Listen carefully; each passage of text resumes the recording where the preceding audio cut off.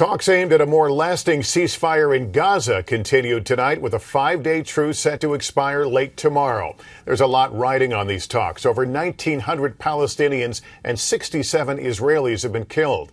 Tonight, our Stephanie Gosk reports from Gaza on residents anxious to get on and rebuild their lives.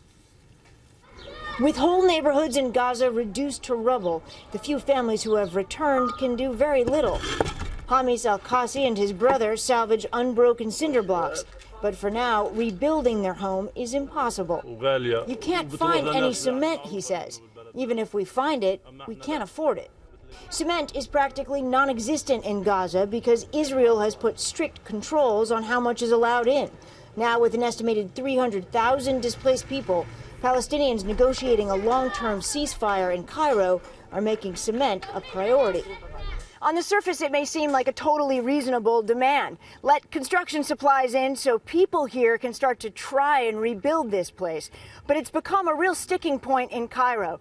Like so many things in this decades-long conflict, it's just not that simple. The problem, say Israelis, is that Hamas uses cement and cinder blocks to make its vast network of tunnels. The Israeli military says it wiped out more than 30. Now it wants assurances no new tunnels will be constructed. Until a deal is struck, Gazans have to rely on supplies already here. So we decided to go see for ourselves. Salam alaikum. First stop, a nearby cinder block factory. Is this the cinder block factory? What was the cinder block factory? Israeli forces bombed the plant, destroying it. The manager told us you can't rebuild Gaza until you rebuild the factories that will rebuild Gaza. But maybe we could find a single bag of cement.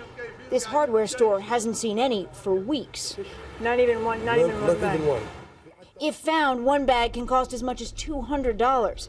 Way too expensive for Hamis and his brothers who are waiting in the rubble for help. Destroyed or not, they say, this is still home. Stephanie Gosk, NBC News, Gaza.